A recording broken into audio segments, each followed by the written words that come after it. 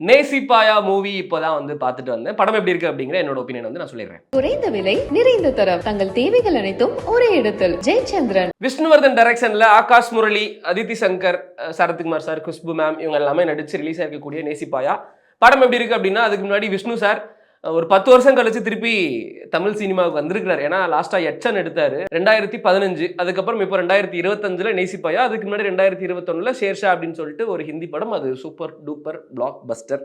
நேசிப்பாயா எப்படி இருக்கு அப்படின்னா, கதை என்ன அப்படின்னா, எனக்கு தெரிஞ்ச ஒரு ஆஸ்யூஷுவல் பேட்டர்ன், ஒரு லவ் ஸ்டோரி. அவங்களுக்கு ஏதோ ஒரு ரீசனுக்காக ஒரு பிரேக்கப் நடக்குது. ஒரு ரீசனுக்காக தான் பிரேக்கப் நடக்குது, அந்த ரீசனை சொல்லக்கூடாதே. ஒரு ரீசனுக்காக பிரேக்கப் நடக்குது. ஹீரோயின் ஃபாரின் போகிறாங்க, அங்கே ஒர்க் பண்ணுறாங்க. அங்கே ஒரு கொலை ஒன்று நடக்குது. அந்த கொலையில் இவங்க பண்ணியிருப்பாங்கன்னு சொல்லி இவங்களை ஜெயிலில் தூக்கி போட்டிருப்பாங்க. உண்மையிலே அந்த கொலையை யார் பண்ணா, அந்த கொலைக்கு பின்னாடி என்ன ஒரு மிஸ்ட்ரி இருக்குது, என்ன என்ன சூழ்நிலைகள் வந்து சுற்றிக்கிட்டு இருக்கு, அதை வந்து எப்படி ஹீரோ கண்டுபிடிக்கிறாரு, ஹீரோயின் எப்படி காப்பாற்றுறாரு அப்படிங்கிற ஒரு தீம் தான் நேசிப்பாயா படத்தினுடைய கதை. படம் எந்த அளவுக்கு சுவாரஸ்யமாக எடுக்கப்பட்டிருக்காங்க அப்படின்னா, எனக்கு இந்த படத்தோட மேக்கிங் இது ஃபுல்லாகவே அந்த போர்ச்சுகல் அப்படின்னு அந்த கண்ட்ரி இருக்கு இல்லையா, அந்த அந்த அந்த கண்ட்ரியில தான் ஃபுல் அண்ட் ஃபுல் ட்ராவல் ஆகுது. இவங்களோட, அதாவது ஆகாஷ் முரளி, நம்ம அதித்தி, இவங்களோட லவ் போர்ஷன்ஸ் மட்டும் நம்ம வந்து சென்னை, லைக் பெங்களூர் இங்கெல்லாம் வந்து லொக்கேட் பண்ணியிருக்காங்க போல, அப்படி காமிக்கிறாங்க. மற்றபடி படம் ஒரு ஒரு 70% வந்து போர்ச்சுகல் அங்கே தான் வந்து நடக்கிற மாதிரி வந்து காமிக்கிறாங்க. எனக்கு வந்து படத்தோட குவாலிட்டி வந்து அவ்வளோ சூப்பராக, அவ்வளோ பிரம்மாண்டம் கைண்ட் ஆஃப், அவ்வளோ பெரிய பெரிய செட் அப்படிலாம் இல்லை. விஷுவலைசேஷன் பார்க்கறதுக்கு வந்து ரொம்ப சூப்பராக இருந்தது. கலர் டோனாக இருக்கட்டும், அவங்க காமிக்கிற யூஸ் பண்ணுற பைக்ஸு, இதெல்லாமே வந்து பயங்கரமாக சூப்பராக, ஒரு மாதிரி எலைட்டாக குவாலிட்டியாக ஒரு மாதிரி பயங்கரமாக இருந்துச்சு. ஸோ கேள்விப்பட்ட இது வந்து இந்த படத்தோட பட்ஜெட் வந்து ஒரு 50 crores அப்படிங்கிற மாதிரி சொல்கிறாங்க. அது அஃபீஷியல் அப்படிங்கிறது எனக்கு தெரியல. ஸோ அந்த ஒரு குவாலிட்டினஸ் வந்து இந்த நேசிப்பாயா படத்தில் 100% இருக்குது அப்படிங்கிறதுல எந்த ஒரு ஆச்சரியமும் கிடையாது. கம்மிங் பேக் டு படத்தோட ஒரு இன்ட்ரெஸ்டிங்கான சீக்வன்ஸ் வந்து செகண்ட் ஹாஃபில் இருக்குது. செகண்ட் ஹாஃபில் நிறையா உங்களுக்கு ட்விஸ்ட் அண்ட் டர்ன்ஸ், இவர் பண்ணிட்டாரா, இவர் பண்ணியிருப்பாரு நினச்சி கூட பார்க்கலையே அப்படிங்கிற மாதிரிலாம் வந்து நிறைய கேரக்டர்ஸ் வந்து சே எதிர்பார்க்கலப்பா அப்படிங்கிற மாதிரி ஒரு சில சீக்வன்ஸ்லாம் வந்து கிளைமேக்ஸில், ப்ரீ கிளைமேக்ஸ்லாம் வந்து வச்சுருக்கிறாங்க. அது வந்து ஆஸ் யூஷுவல் விஷ்ணுவர்தன் அவரோட அந்த பேட்டர்ன் வந்து நம்மளால் பார்க்க முடிஞ்சது. எனக்கு இந்த லவ் போர்ஷன்ஸ் வந்து ரொம்ப ரொம்ப பிடிச்சிருந்துச்சுங்க. ஃபர்ஸ்ட் ஹாஃபில் வந்து ஒரு லவ் வரும், அதித்தி சங்கருக்கும் சரி, நம்ம ஆகாஷ் முரளிக்கும் சரி, இவங்களுக்கு வந்து ஒரு லவ் போர்ஷன்ஸ் வந்து ஒன்று கனெக்ட் பண்ணியிருப்பாரு. எனக்கு வந்து அவங்க லவ் பண்ணுறது கனெக்ட் ஆச்சா இல்லையாங்கிறது தெரில, ஆனால் அவங்க பிரேக்கப் பண்ணது வந்து எனக்கு வந்து கனெக்ட் ஆச்சு. எப்படி கனெக்ட் ஆச்சு அப்படின்னா, வழக்கம் போல தான் லவ் பண்ணும்போது வந்து ஹீரோயின் துரத்தி லவ் பண்ணுவாங்க. ஹீரோயின் இதே மாதிரி வாழ்க்கை ஃபுல்லாக என் கூட இருக்கணும் அப்படிங்கிற மாதிரி ஹீரோயின் கேட்பாங்க. ஹீரோவும் ஓகே நான் கூட இருப்பேன், நீ ஓகேன்னு சொல்லு, இந்த உலகத்தையே நான் உனக்கு வந்து ஸ்டாப் பண்ணுறேன் அப்படிங்கிற லெவல் ஆஃப் ஒரு லவ் வந்து காமிச்சிருப்பாங்க. அது வந்து ஒரு மாதிரி பியூட்டிஃபுல்லாக இருந்தது. போக போக இப்போ காலேஜ் படிக்கும்போது 2 பேரும் டெய்லி மீட் பண்ணுவாங்க, பேசுவாங்க. அது வந்து ஒரு க்யூட்னஸ், ஒரு சப்போர்ட்டிங்னஸ் இருக்கும். இதே வந்து ஹீரோ வேலைக்கு போகிறாரு, ஹீரோயின் வேலைக்கு போகிறாங்க அப்படின்னு வச்சுக்கோயேன். ஹீரோயின் வந்து சொல்கிறாங்க, நான் வேலைக்கு போயிட்டு இருக்கேன், எனக்கு ஒரு ஸ்பேஸ் கொடு, என்ன நீ என் கூடவே அட்டை மாதிரி ஒட்டிக்கிட்டே இருந்தா அப்படி என்னோட லைஃப் நான் எப்போ வாழ்றது அப்படிங்கிற மாதிரி வந்து ஹீரோயின் கேட்குறாங்க.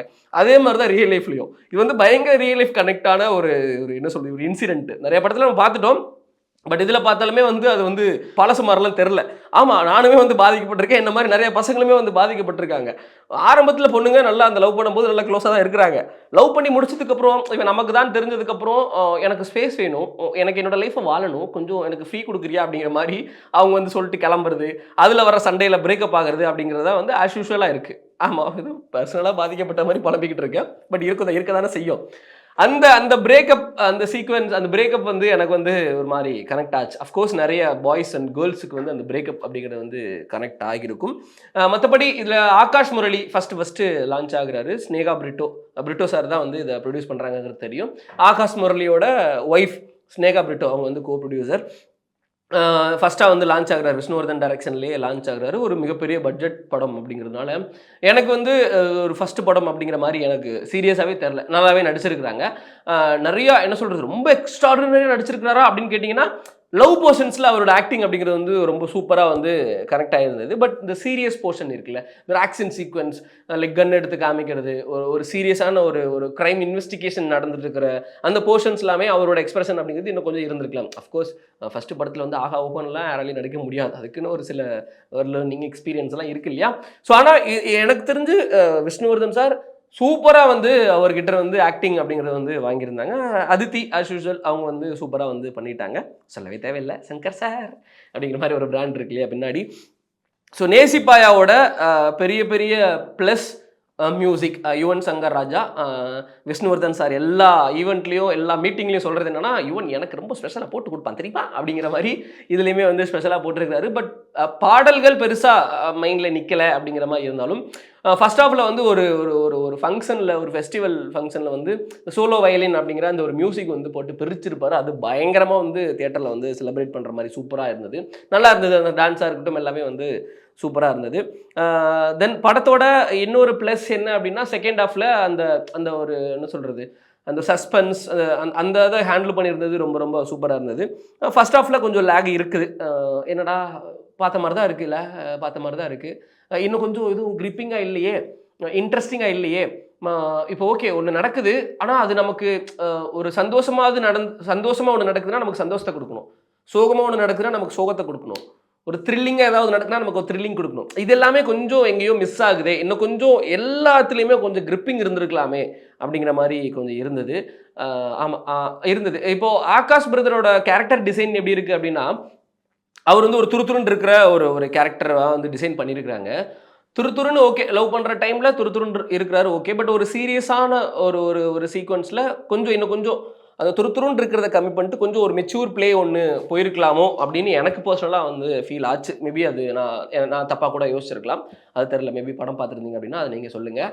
ஸோ இந்த தானே தவிர மற்றபடி எனக்கு எதுவும் பெருசாக பேடாக ஃபீல் ஆகலை.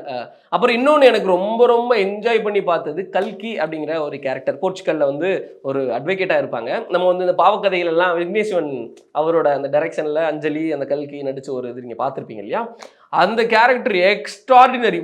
நான்லாம் பயங்கரமாக என்ஜாய் பண்ணேன். என்னப்பா இந்தியன்ஸுக்கு பங்க்சுவாலிட்டியே இல்லையா, எப்பவுமே லேட்டாக தான் வருவீங்களா, அப்படியே ஓடி போயிரு, இப்படிலாம் டயலாக்ஸ் வந்து அவங்க வந்து பேசுவாங்க. அதில் அவங்களோட கேரக்டர் டிசைன் வந்து சூப்பராக இருக்குது. பைக் ஓட்டுற சீக்வன்ஸு, எப்போவுமே ஹெல்மெட் போட்டிருப்பாங்க. அதெல்லாம் வந்து எனக்கு தெரிஞ்ச விஷ்ணுவர்தன் சார் வந்து அஜித் சார்கிட்ட கீப்பப் பண்ணியிருப்பாருன்னு நினைக்கிறேன்.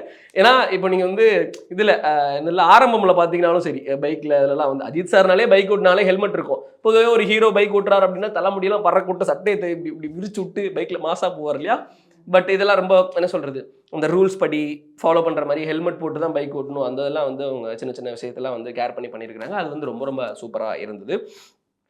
மொத்தத்தில் இந்த படம் நேசிப்பாயா, எல்லாரும் நேசிப்பாங்களா அப்படின்னு கேட்டிங்க அப்படின்னா, நிறைய பேருக்கு கனெக்ட் ஆகாமல் இருக்கிறதுக்கு வாய்ப்பு இருக்குது. ஏன்னா அஸ்யூஷுவல் ஸ்டோரி தான், பழக்கப்பட்ட ஒரு ஸ்டோரி தான். நிறைய பேருக்கு கனெக்ட் ஆகாமல் இருக்கிறதுக்கு வாய்ப்பு இருக்குது. ஒரு 2.5 மணி நேரம் நான் வந்து ஒரு மாதிரி ஜாலியாக ஒரு மாதிரி என்ன சொல்கிறது, பெருசாக ஒன்றும் எதிர்பார்க்கல. நான் எனக்கு அப்படி ஒரு த்ரில்லிங் இருக்கணும், இப்படி ஒரு லவ் இருக்கணும், இப்படி ஒரு ரொமான்ஸ் இருக்கணும் அப்படிங்கிற மாதிரிலாம் நான் எதுவும் எதிர்பார்க்கல. அப்படின்னா ஒரு மாதிரி ஜாலியாக காமாக ஒரு பாப்கார்னை வாங்கி வச்சுட்டு நேசிப்பாயா படத்தை கண்டிப்பாக ஒரு டைம் எல்லாருமே வந்து தியேட்டரில் போய் வாட்ச் பண்ணலாம். எனக்கு என்ன ஒரு டிசப்பாயின்மெண்ட்னா, விஷ்ணுவர்தன் சாரோட ஃபீல் வரலையே. ஏன்னா சர்வம்லாம் நம்ம பார்த்துருக்கோம் இல்லையா, சர்வம்லாம் போட்டு அந்த படமும் பெருசாக என்ன சொல்கிறது செலிப்ரேட் பண்ணல. ஆனால் எனக்கு பர்சனலாக அந்த படம் ரொம்ப பிடிக்கும். த்ரிஷா, இந்த நம்ம ஆர்யா, டாம் அண்ட் ஜெர்ரி காம்பினேஷனாக இருக்கட்டும், அதில் வர்ற பாட்டு தான் அந்த படத்தோட பெரிய பெரிய ப்ளஸ்ஸாக இருக்கும். நடுக்காட்டில் தன்னிமை வந்ததே அதுவாக இருக்கட்டும், தொட்டா சூரியன மேகங்க இருக்குது மழை வர பார்க்குது, அதோட பிளேஸ்மெண்ட் இதெல்லாம் வந்து பயங்கரமாக வந்து விஷ்ணுவர்தன் யுவன் காம்போவில் அல்டிமேட்டாக ஒன்று பிரிச்சிருப்பாங்க. இதுலேயுமே வந்து அதுதான் எனக்கு விஷ்ணு சாரோட ஃப்ளேவர் கொஞ்சம் மிஸ் ஆகுதே, நேசிப்பாயில் மிஸ் ஆகுதே, கிடச்சிருக்கணுமே அப்படிங்கிற மாதிரி தான் வந்து நான் வந்து யோசித்தேன். பட் ஓகே, இதுக்கப்புறம் நிறைய படங்கள் அவங்க பண்ணுவாங்க, பார்க்கலாம். ஏன்னா 10 வருஷம் கழிச்சு திருப்பி ஒரு வராங்க, அந்த என்ட்ரி வந்து கொஞ்சம் நல்லா இருந்திருக்கலாமோ அப்படிங்கிற மாதிரி எனக்கு கொஞ்சம் பர்சனலாக ஃபீல் ஆச்சு. சார் விஷ்ணு சார் நிறைய படங்கள் நாங்கள் எதிர்பார்க்குறோம். முக்கியமாக அஜித் சார் கூட நாங்கள் வந்து ஒரு race film, complete race film வந்து நாங்கள் எதிர்பார்க்குறோம். இப்போ தான் வந்து அஜித் சாருமே வந்து வின் பண்ணியிருக்கிறாங்க. அவரோட பேஷனேட் உள்ளே போயிட்டு ஆரம்பித்த ஒரு ரேஸ்லேயே வந்து 3rd பிளேஸ் வாங்குறதுலாம் சாத்தியமே கிடையாது. நீங்களும் போய் அங்கே செலிப்ரேட் பண்ணியிருக்கீங்க அப்படிங்கிறது எனக்கு தெரியும். ஸோ அஜித் சாரை வச்சு ஒரு மிகப்பெரிய ஒரு காம்போ கூட்டணி எதிர்பார்க்குறோம்.